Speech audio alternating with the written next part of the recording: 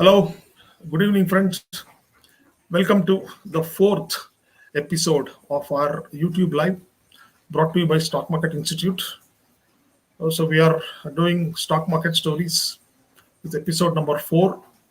Last 3 weeks, we have discussed some very important uh, stories of stock market, which I think is a very important to understand. Like I said in my first session itself, the idea here is to remove certain misunderstandings, misconceptions about stock market. Because had people been aware about the nitty-gritties, dynamics, or how to understand the market 25 years ago, I don't think people would have struggled or even felt bad that the fixed deposit rates are going down. So today there has been a huge rush of people entering into stock markets, and at this time, instead of being uninformed participants in the market, it is better if we are going to be informed participants in the market, so that whatever we do, of course, we are in the stock markets to make money. Okay, so that making money process is there now. That process should be smooth, where we should ensure that we don't lose money, or even if we're losing money, we have to lose less money. So that is the very important aspect of knowledge about learning. So today, what are we discussing about? Again, it's a link with the last couple of sessions that we did. What is that link? See, I discussed that in the last 25, 27 years, the Sensex has moved up from about 3,000 to today 52,000. Now, what is the basis? How on earth a 3 or 4,000 Sensex can move to become 52,000? So, what other dynamics are there for the market to go up? So, one thing we have to understand is, in the last 25, 26 years, there has been something interesting that has happened in the market. As you can see a screen on your side now. Okay. Here, what we will be understanding is 25 years ago, that is in 1995, do you know how much was the fixed deposit rates in India? It was 14%. That means on a fixed deposit of rupees 1 lakh, if we were paid 14,000 rupees per year as our interest. Okay. Now, today, 25 years later, if we deposit 1 lakh rupees in a fixed deposit, we get paid just 4,900 rupees at a leading bank. So it was 14,000 rupees 25 years ago on 1 lakh rupee, but today the same is just 4,900 rupees. So today every depositor will feel bad, okay, that array yaar, fixed deposits are giving only so less return. How do we manage this is low interest rates? Now the question is it really bad to get paid such low interest rates on our fixed deposits? Let's see. See, let's go back to 1995 again and check the rate of interest on housing loan. See, the housing loan rates in 1995, around that particular time, was 18% per annum. That means on a loan amount of 25 lakh rupees for a period of 20 years, the EMI would have been around 40,000 rupees. That was 25 years ago. Now, let's come to current situation. In the current time, the home loan rates are being offered at 6.70%. So, on the same loan amount for 25 lakh rupees, for the same tenure of 20 years, the EMI would be 19,000 rupees. So, it was 40,000 rupees then, today it is 19,000 rupees. Okay, now, what is the moral of the story? The moral of the story is a growing country like India cannot afford to have high interest rates, particularly on lending rates. At the same time, we also have to understand that interest rates are two faces of the same coin. That means one side it is fixed deposit rate, another side It is loan rate. So if the interest fixed deposit rates are high, what happens? The loan rate also will be high. If fixed deposit rates are low, obviously the loan rates also will be low. That's why I'm saying interest rates are two faces of the same coin. So during this fall of interest rates from 1995 till now, what has happened in the economy? Obviously, the economy has grown. Now, how do you feel that economy has grown? Just for example, Maruti Suzuki, India's leading car manufacturing company, okay, currently is selling 16 lakh cars per year. Now, do you know how much they were selling 25 years ago? They were selling just 1 lakh cars per year. The same thing today is 16 lakh. Okay, now two-wheeler companies, they have been selling currently about 100 lakh units of two-wheelers every year. How much were they selling then? They were selling just units.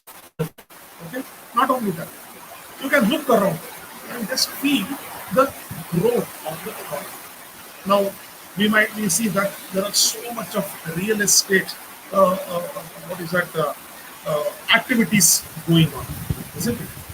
So much of construction activities going on, so much of underpasses, highways, national highways, state highways, so much of work is going on. You can see so many automobiles are running on the road. And there are, why I'm saying automobile? Let me take an example. See, when we buy a car, or rather when we are driving a car, we are sitting inside the car. Please remember that the car has got,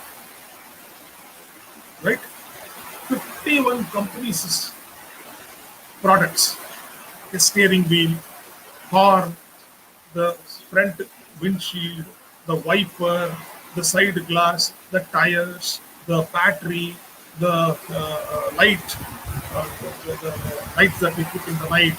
So if you go on looking at each of these products here, all these products are purchased by Maruti Suzuki as an automobile company from these auto ancillary companies.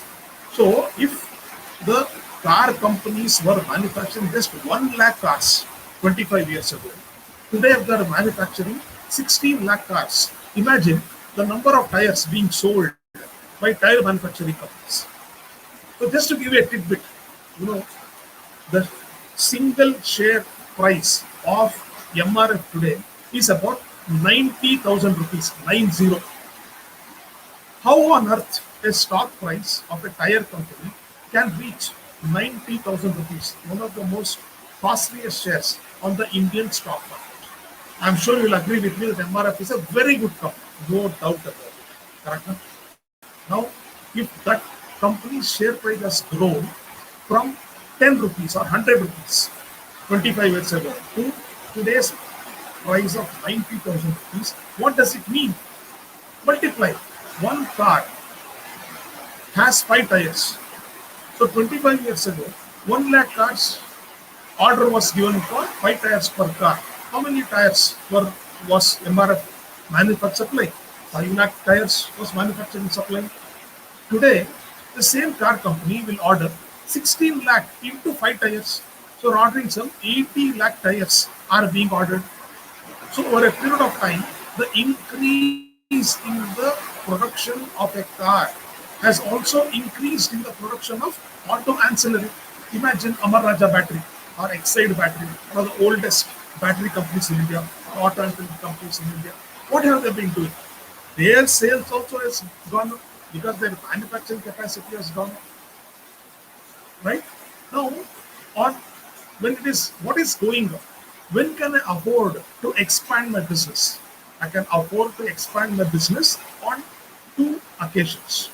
One is that when I get access to cheaper funds because I can borrow money at a cheaper rate and put that money into my business. At 18% borrowing rate, you will have the motivation to borrow and put that money. If you wanted to be a car purchaser, you have to take a loan because 92% of all cars sold in India are sold with loans. Now, a person who has to buy a car, will he be motivated to pay a rate of interest of 18-20% and buy a car? That's why 25 years ago, owning a car was a luxury. Even owning a two-wheeler was a luxury, right? So with interest rates coming down, so people started to buy more cars. The second reason why a company would be interested to grow, why? What is the reason? The reason is if the company finds there are more buyers. Reason number one was interest rates are falling. I can borrow money and put that money into a business. What is commonly called as capex. Capex means capital expenditure. So I can invest that money into my company and make my company to grow. So when will I be motivated to make my company to grow other than interest rates? When I find there are buyers for it. There were buyers because people were happy to take a car loan at a reduced interest rate. Same thing, let us look at a construction company. So 25 years ago, did we see so much of construction activity happening around in India? Look at your own houses in your area.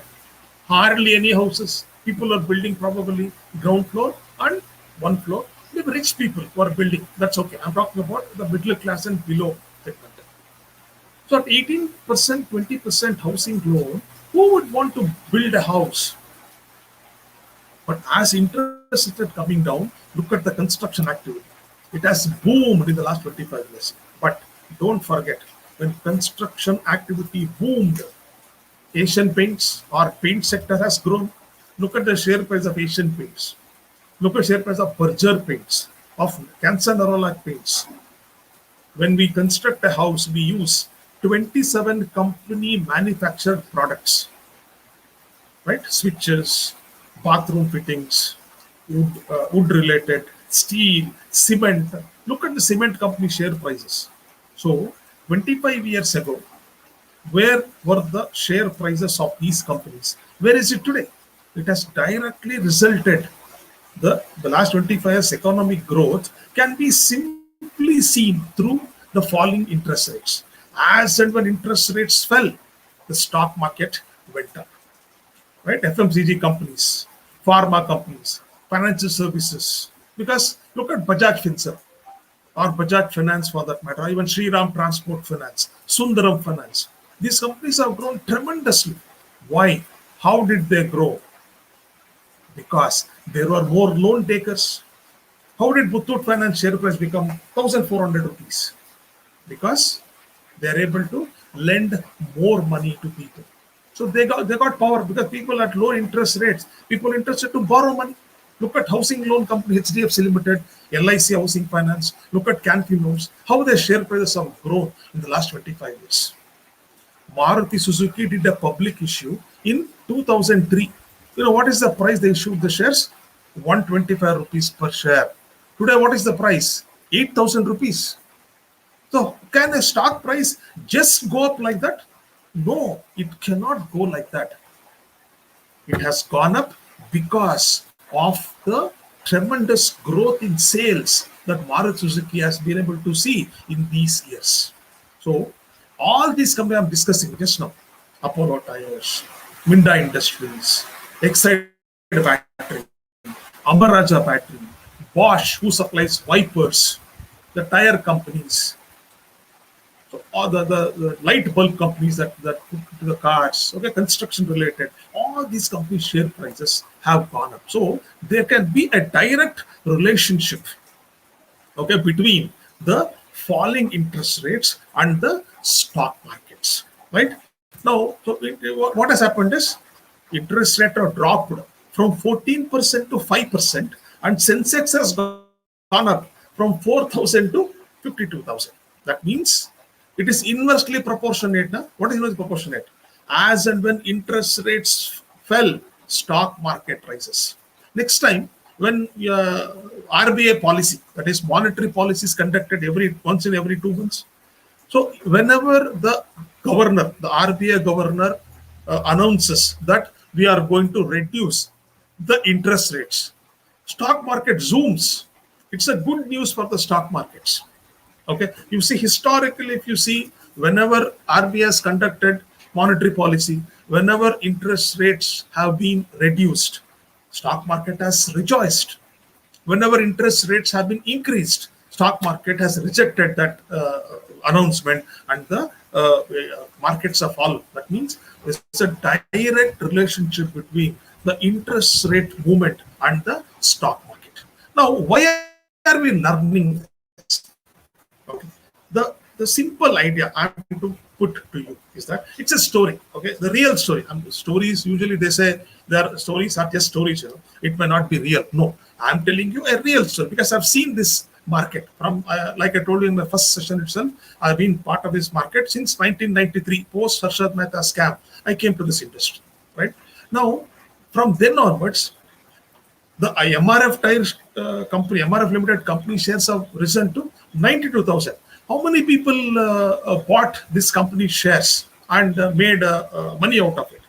How many people bought Maruti Suzuki at 125 in 2003 and have made it to go to 8,000 rupees? Because I would say 99% of the Indian investors of those days or Indian population who were in their prime earning age. That means today, if somebody 60-year-old, that same person was 35-year-old, 1995.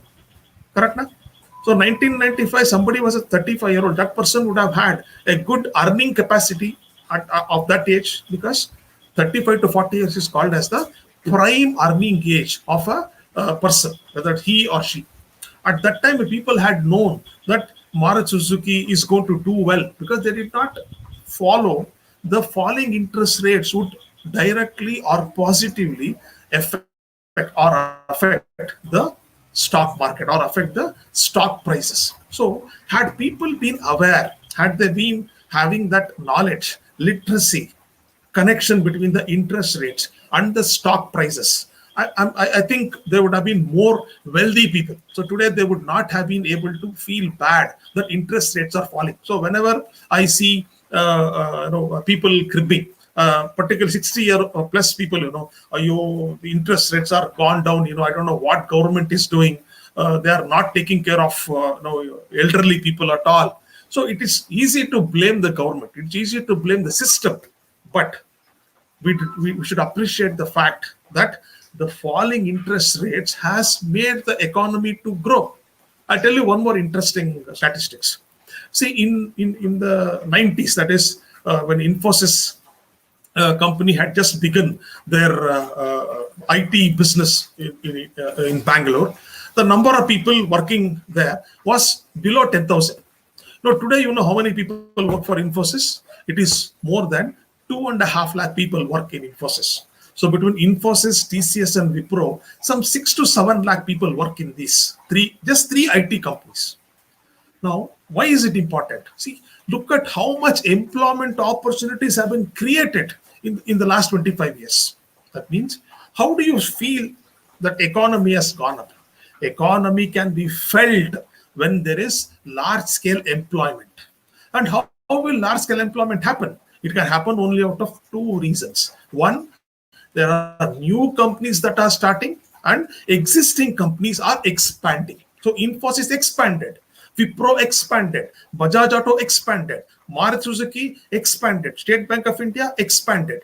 So number of people who worked in State Bank of India 25 years ago, number of people working today, there's a huge difference. That means so many people have got jobs, and increased jobs made people to earn more, spend more, save more, invest more. Correct? That has propelled the market. So if, see, the growth stories, when you pick any stock for that matter, okay, in the last 25 years, yes, people may quote examples of B1 Housing Finance, Yes Bank, Satyam Computers, Kingfisher Airlines, Jet Airways. See, if there is a big city, there has to be a slum, remember. So in such a big market, you can't expect all 5,000 stocks to be glittering like stars. It's not even in a 60 student classroom. You can't find all 60 people to be 90% intelligent people. You will find only cream of people, 25 people who are intelligent. But rest of them, Like that in stock market also, don't take wrong examples and say market is a bad place because you've ignored the good things of the market. So by ignoring this, you are doing harm to yourself. So understanding that good companies will be good companies, can't help it, right? So if you see this slide, this very interesting slide. This is, so I've taken 1995 to 2021. See, bank deposit rate, the average return has been 8% in the last 25, 26 years. Okay. So had somebody invested 1 lakh rupee in a fixed deposit in 1995 April and just did nothing with that.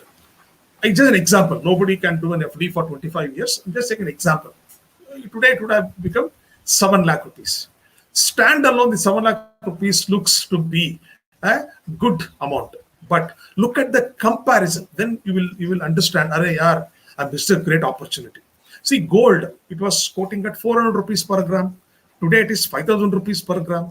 The annual return has been 10% on compounded basis. So your 1 lakh rupee, the same duration would have become 9 lakh rupees. The index, that is Sensex, which was 4,000 then, today it's 52,000. It has grown at 11%. So 1 lakh rupee would have become 14 lakh rupees. See here, just 1% difference. The wealth destruction would have been 5 lakh rupees. So look at, had I taken 10, I would have got 9. Had I got 11, I would have got 14 lakh rupees. But look at a diversified equity mutual fund. The NAV of this was rupees 10. Today it is approximately 1850 rupees. The average return is 19% in these 25, 26 years. So 1 lakh rupee invested in a FD then, so sorry, in a mutual fund then, today it would have been worth 77 lakh rupees. So the the moral of the story is very clear. What is that? Interest rates have made a big difference to the economy because there's a process in the Indian economic system called as credit creation. Credit creation means anybody who is in need of money, okay, anybody for that matter, as long as they have a reason because they need that money for a productive venture. That's what it is defined. Any bank, any financial institution should lend money for productive purposes. What is productive? First, I'll say what is non-productive purposes. You can't go and ask in a bank that I want to take a loan. Why? I want to go and bet on a horse that is going to run this weekend in Bangalore Race Club or Race Course, Bangalore Turf Club. No, it is not a productive venture. You can't say I'm going to bet on some IPL match. So 1 lakh rupee if I take loan, if so one team wins, I'll get 2 lakh rupees. I will return the money back to you to the bank tomorrow. No, that is not called as productive venture. But you go and ask a bank, I want to start a power sector company. I want to start an airline company. I want to start an infrastructure company. I want a Xerox shop, automobile company. I want to start anything that is business, where that business leads to production, that business leads to creation of employment, then you are called as a productive venture. So to make this productive venture, so that credit creation, what is credit creation? Your surplus means the money you deposit in a bank is called a surplus. The insurance premium you pay, that is called as surplus. The mutual fund investments you do, again it is a surplus. The post office investments you do, again it is surplus. Your provident fund that salaried people pay or get deducted every month, it is surplus. The pension funds you buy, surplus. NPS is surplus. All these surpluses are mobilized by the government through various financial institutions. Why are they mobilizing? These monies are mobilized because somebody is in need of our money. When I put deposit in a bank, it's quite obvious that some person is wanting a loan. Who is that person? It could be Indigo Airlines. Indigo Airlines has got 200 aircrafts. Each aircraft may cost, I don't know, maybe 300, 350 crore rupees per aircraft. So into 200, how much money an airline company would need? Where will they have to go to get so much of money, so much of funds, so much of capital? They have to go to a financial institution. How will a financial institution lend them?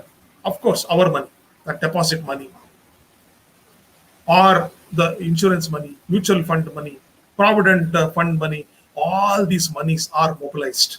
Whether you want to buy an aircraft, whether you want to buy steel, you want to buy cement, you want to buy anything that creates employment, that somebody is going to produce some goods and services, the finance system is ready to let. So, if the economy has to propel from where it was to where it is and where it is today and where it can be in the future, interest rates have to be made affordable. But another question will come. If interest are made affordable, fixed deposits rates are going down, what should I do? Okay, I'll tell you. A couple of years ago, I was doing a program on Bangalore Doordarshan. Okay, it was something related to investments and things like that. It was a phone-in program. One lady called. She's from, I don't remember the name of that place. She called from one small place in Karnataka. She said, I'm 67-year-old.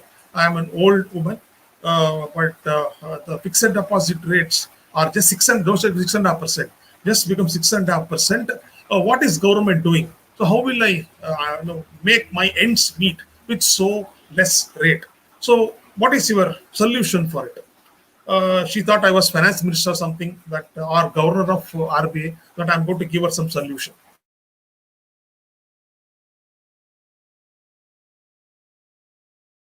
That lady, her name is Bhagyama. Yes, her name is Bhagyama.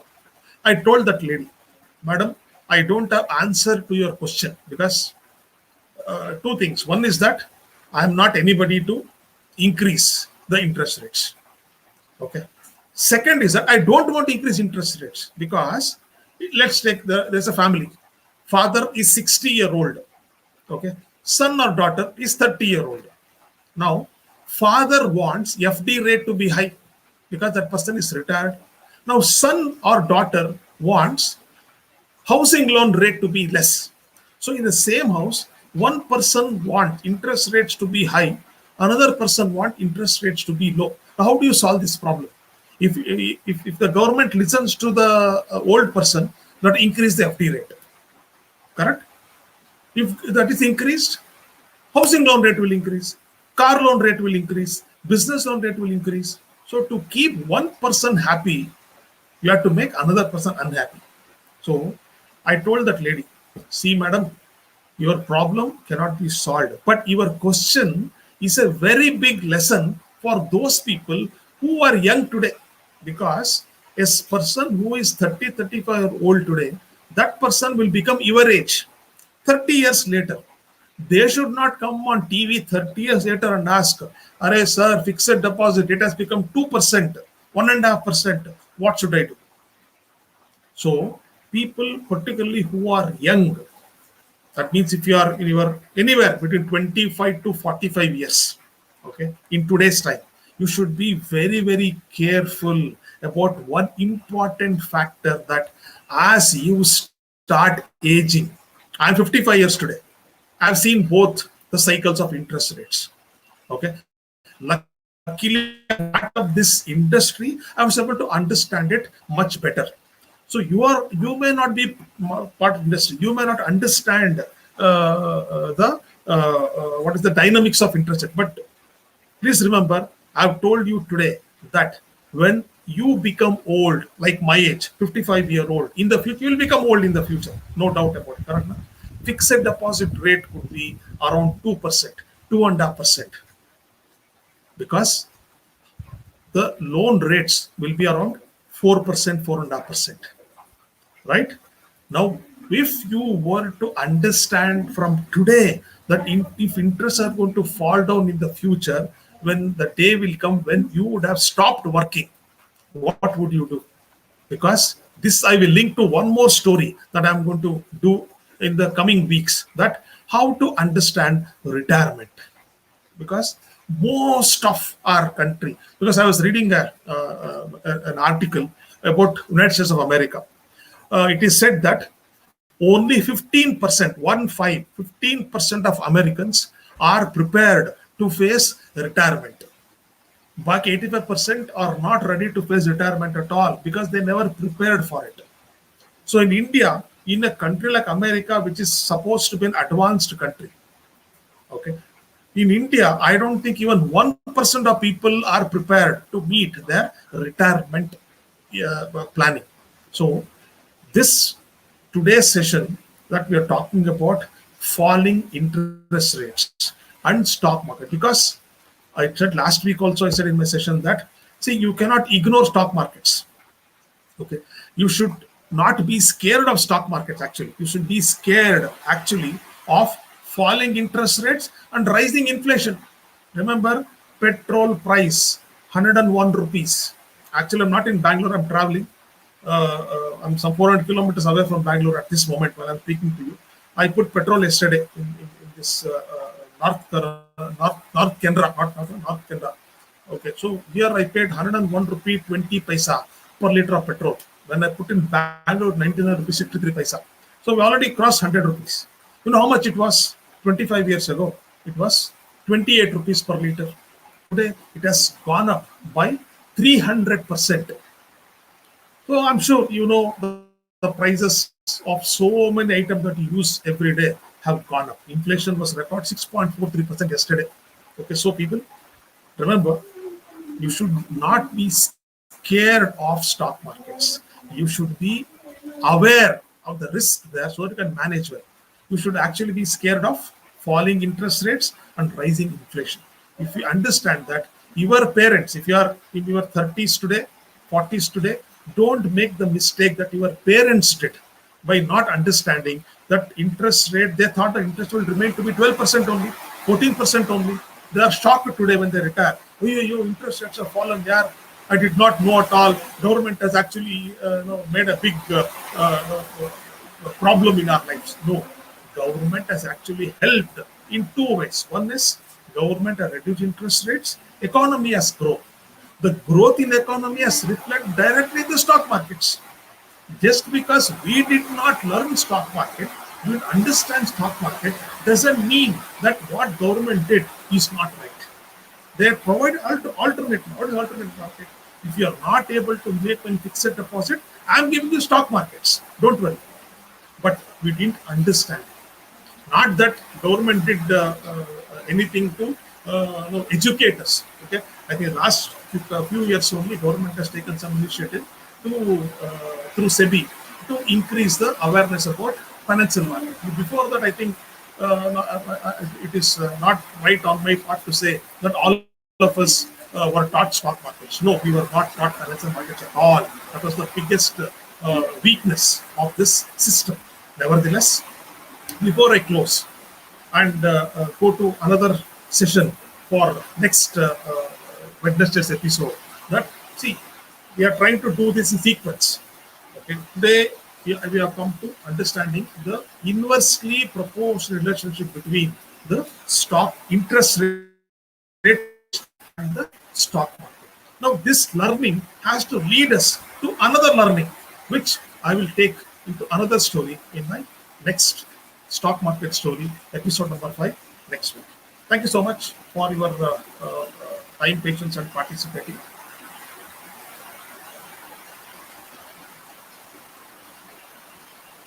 Any questions?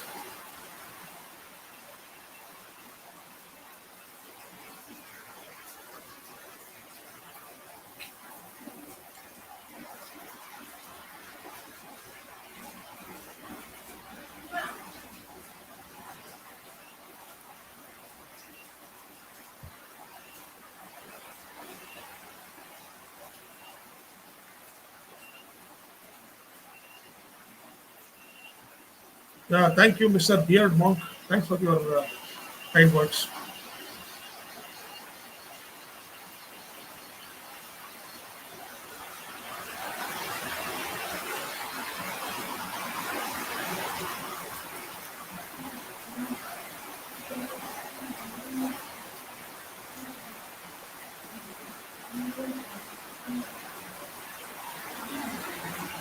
See, Mr. Manoj, petrol prices, see, earlier also, petrol prices have increased. See, when the petrol prices was 70 rupees, for example, the crude oil price was again $70 per barrel, but the rupee was 60 rupees against USD. But today, the foreign currency USD has gone up to 75 rupees against Indian rupee. So when crude oil prices rises and also the currency prices rises, the price at which you acquire the crude has increased. Correct. So I'll explain again. See, let us say the crude was $70 per barrel, okay, but the exchange rate was 60 rupees against the dollar. So I don't mind giving you petrol at 70 rupees per liter, right? But crude oil has remained to be $70 per barrel, but the currency rate has gone up, right? To 75 rupees per barrel. Sorry, 75 rupees against Indian rupee. So what will happen? Correct? The price has to rise. So until unless the currency prices don't reduce, I think we have to continue to pay a higher price. Very unfortunate, but can't help it.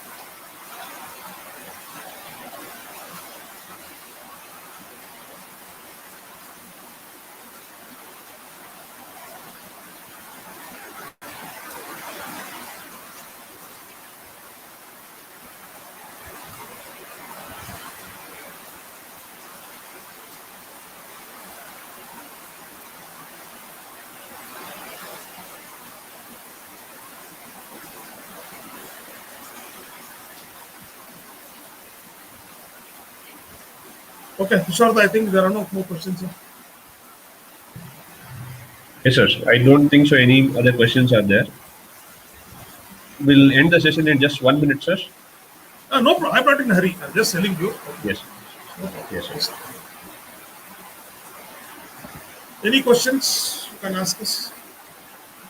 Next week we'll be discussing on how to understand retirement in the given inflation levels and interest rate levels. So it will be again a sequential session, so that what we learned today, we are going to continue and link the effect into our personal finances. So your preparation for your retirement, if you are young today, is going to be much more efficient and smooth.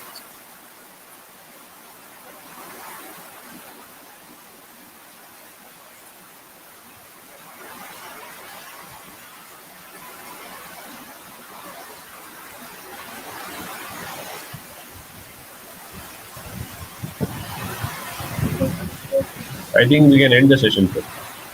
Yes, sir. Thank you so much. Thank you, sir. Have a safe journey, sir. Thank you, sir. Sir, one more question has come. Hi. हा question आहे sir